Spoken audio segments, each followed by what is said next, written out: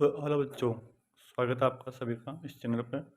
आज हम chapter first जो है स्टार्ट करने जा रहे हैं। चैप्टर फर्स्ट का नाम है समुच्चय, जिसको इंग्लिश में हम कहते हैं सेट।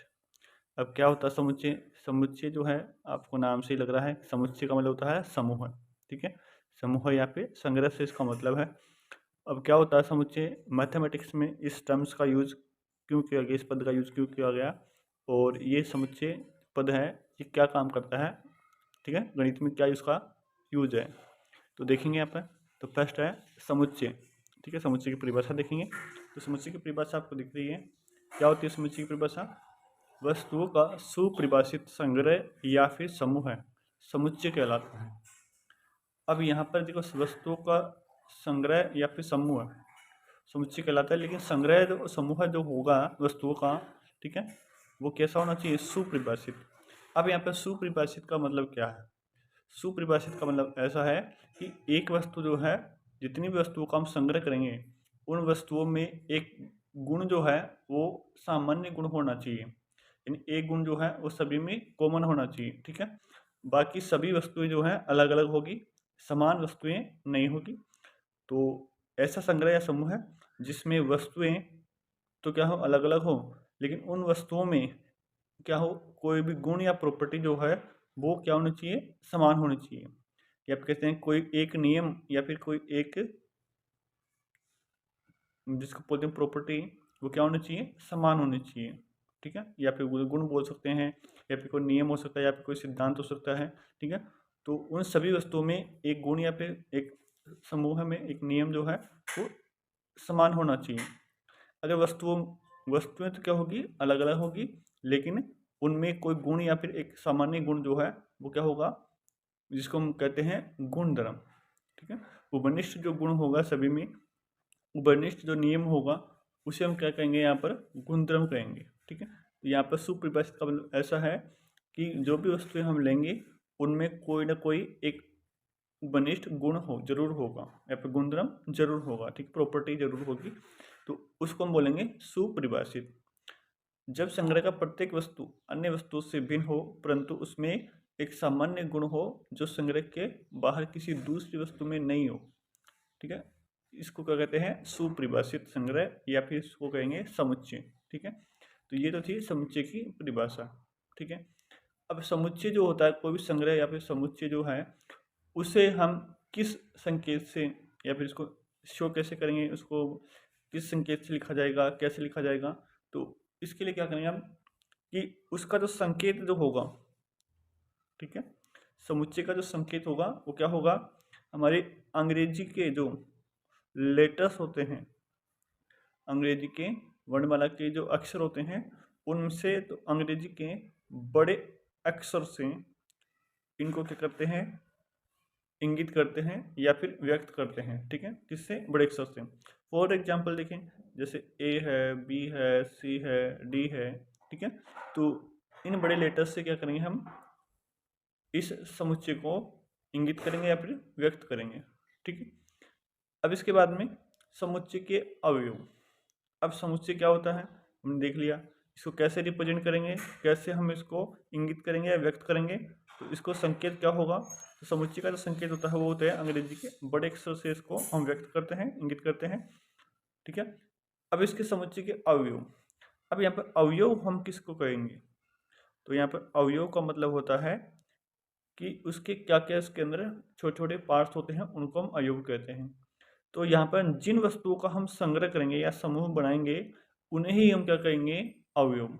तो समुच्चय की जो प्रत्येक वस्तु जो है, ये समुच्चय का एक अवयव कहलाता है। क्या परिभाषा हुई? कि समुच्चय की प्रत्येक वस्तु, जिन वस्तु का हम संग्रह बना रहे, समुच्चय बना रहे, उसकी प्रत्येक वस्तु जो है वो समुच्चय के क्या कहलाते हैं? समुच्चय का अवयव कहलाते हैं। यानी कोई भी आप वस्तुएं लेकर या फिर कुछ भी लेकर आप यदि समुच्चय बनाते हैं, तो उन जिनसे आप समुच्चय बना रहे हैं उन्हीं को क्या कहेंगे? हम अवयव कहेंगे। ठीक है, किसी समुच्चय के अवयव को अंग्रेजी वर्णमाला के छोटे अक्षर द्वारा निरूपित किया जाता है। किससे निरूपित करते हैं? छोटे अक्षर के। तो अवयव को हम निरूपित करते हैं किससे? अंग्रेजी के छोटे अक्षर से। अंग्रेजी के जो छोटे अक्षर होते हैं, ठीक है, उनसे हम इंगित यानी फिर निरूपित करते हैं किसको? अवयव को। ठीक है, अंग्रेजी के छोटे अक्षर से निरूपित करते हैं किसको? अवयव को। जैसे एग्जाम्पल देखें, ठीक है, ए, बी, सी और डी, ये छोटे अक्षर जो हैं इन्हीं से हम क्या करेंगे? अवयव को निरूपित करेंगे। ओके, तो यहाँ पर हम कह सकते हैं कि मान लो कि कोई समुच्चय है ए, ठीक है, और इसमें कोई अवयव है स्मॉल ए। तो स्मॉल ए तो क्या यहाँ पर अवयव है, और कैपिटल ए क्या है? समुच्चय। तो जो बड़ा लेटर जो है वो तो समुच्चय होगा, छोटा जो होगा वो क्या होगा? अवयव होगा। अब मान लिया कि कोई समुच्चय ए है, समुच्चय ए है, मतलब क्या हुआ कि हमने बहुत सारी वस्तुओं का एक संग्रह बनाया, वो क्या हो गया? एक समुच्चय हो गया। उस समुच्चय को हमने ए से रिप्रेजेंट कर दिया या फिर निरूपित कर दिया। अब उसी समुच्चय में हमने ए भी ले लिया। क्या ले लिया? ए भी ले लिया, यानी उस समुच्चय के अंदर ए भी क्या है? शामिल है। जब ए शामिल है तो इसको हम लिखते कैसे हैं कि ए समुच्चय ए का अवयव है या फिर नहीं है? तो हम लिखेंगे ए बिलोंग्स टू ए, यानी ए जो है वो समुच्चय ए का अवयव है। इसको हम ऐसे पढ़ेंगे। कैसे पढ़ेंगे? कि यदि ए समुच्चय ए का क्या है यहाँ पर? अवयव है, तो इसको हम ऐसे लिखेंगे ए बिलोंग्स टू ए। इसको हम लिखेंगे कैसे? ए बिलोंग्स टू ए। इसको हम ऐसे रीड करेंगे या फिर पढ़ेंगे। पढ़ा कैसे जाएगा इसको? ए बिलोंग्स टू ए, ठीक है। इसका मतलब होता है बिलोंग्स टू। बिलोंग्स टू का मतलब है यहाँ पर कि ए जो है वो इस ए के अंदर शामिल है। ए अवयव जो है वो समुच्चय ए में क्या है? शामिल है। इसको हम ऐसे समझ सकते हैं, ठीक है। अब है समुच्चय का निरूपण, ठीक है। तो जैसे हम समुच्चय का एग्जाम्पल देख रहे थे बोले कि समुच्चय क्या होता है। जैसे मानो कि हमने अभी लिया है समुच्चय ए। अब ये समुच्चय ए है। अब ये समुच्चय ए हमने किसका बनाया है? मान लिया कि समुच्चय जो है हमने अंग्रेजी के जो स्मॉल लेटर्स है, ठीक है, उनका हमने समुच्चय बनाया है। तो A, B, C, D, E, F, G, H, I, J, K, L, M, N, O, P, Q, R, S, T, U, V, W, X, Y, Z. तो ये इंग्लिश अल्फ़ाबेट जो है उनके स्मॉल लेटर्स का जो हमने एक ग्रुप बनाया है, ये समूह बनाया है, ये क्या है? समुच्चय ए मान ली इसको। अब ये समुच्चय ए का एग्जाम्पल है, ठीक है। अब यहाँ पर क्या है कि समुच्चय क्यों है ये? क्योंकि इन सभी अवयव में एक जो गुणधर्म है वो कॉमन है, वो बनिष्ठ है। क्या गुणधर्म कॉमन है? ये सब के सब जो हैं वो क्या है? अंग्रेजी के स्मॉल लेटर्स हैं। क्या है? अंग्रेजी के स्मॉल लेटर्स यानी छोटे अक्षर हैं। तो ये इसकी क्या है? सबकी एक प्रॉपर्टी गुणधर्म है, और इनका ये समूह जो बना है इसे हमने कह दिया ए, कैपिटल ए, क्योंकि ये समुच्चय बन गया। और समुच्चय को हमने किससे रिप्रेजेंट कर दिया? यहाँ पर कैपिटल ए से रिप्रेजेंट कर दिया या निरूपित कर दिया, ठीक है। तो ये हो गया एग्जाम्पल किसका? समुच्चय का। अब हम देखेंगे समुच्चय का निरूपण, यानी समुच्चय को कितने प्रकार से लिखा जा सकता है, कैसे कैसे हम समुच्चय को लिखेंगे, ठीक है। समुच्चय निरूपण। समुच्चय को हम दो रूपों में निरूपित कर सकते हैं, दो तरीके से हम निरूपित कर सकते हैं, ठीक है। कौन कौन सा तरीका है? तो एक जो तरीका है वो तो है कौन सा? समुच्चय सूची रूप। समुच्चय सूची रूप, इसको हम दूसरा नाम बोलते हैं इसका रोस्टर रूप। रोस्टर फॉर्म या फिर रोस्टर रूप जो है वो फर्स्ट तरीका होता है निरूपण करने का, ठीक है। इसको समझेंगे कैसे इसमें निरूपित करते हैं, ठीक है। और जो दूसरा तरीका होता है वो होता है समुच्चय निर्माण। समुच्चय निर्माण रूप, या फिर इसको हम कह सकते हैं समुच्चय नियम रूप, ठीक है, समुच्चय निर्माण रूप या फिर समुच्चय नियम रूप, ठीक है। ये दूसरा तरीका होता है समुच्चय को लिखने का।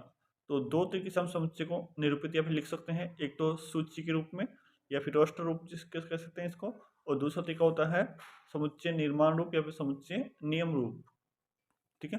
तो पहले हम समझते हैं समुच्चय सूची रूप। जैसे मैं अभी एग्जाम्पल दिखा कि ये क्या है, स्मॉल लेटर्स है और सभी स्मॉल लेटर्स को हमने एक ब्रैकेट, इस ब्रैकेट को हम बोलते हैं मंजिला ब्रैकेट। कौन सा ब्रैकेट बोलते हैं इसको? मंजिले कोष्टक, इसको मंजिला कोष्टक हम कहते हैं, ठीक है। तो ये कौन सा कोष्टक है? मंजिला कोष्टक है। तो मंजिले कोष्टक में यदि हम सभी वस्तुएं या फिर अवयव को लिख देते हैं तो इसे तो हम कहेंगे क्या? रोस्टर रूप या फिर समुच्चय सूची रूप। समुच्चय सूची रूप या फिर रोस्टर रूप में क्या करते हैं कि जो उस जिन जिन वस्तुओं का वो समुच्चय बनता है उन सभी वस्तुओं को एक मंजिले ब्रैकेट में कोष्टक में लिख दिया जाता है, ठीक है। जैसे हमने ये एग्जाम्पल दिखा, तो ये एग्जाम्पल जो है वो इसी का एग्जाम्पल है, किसका? समुच्चय सूची रूप या रोस्टर रूप का। यानी इसमें क्या करते हैं, हम सभी अवयवों को लिखते हैं,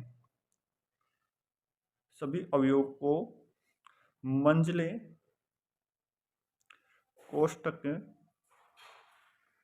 कोष्टक में लिखा जाता है, ठीक है। मंजिले कोष्टक में लिखा जाता है, किसको? सभी अवयवों को, ठीक है।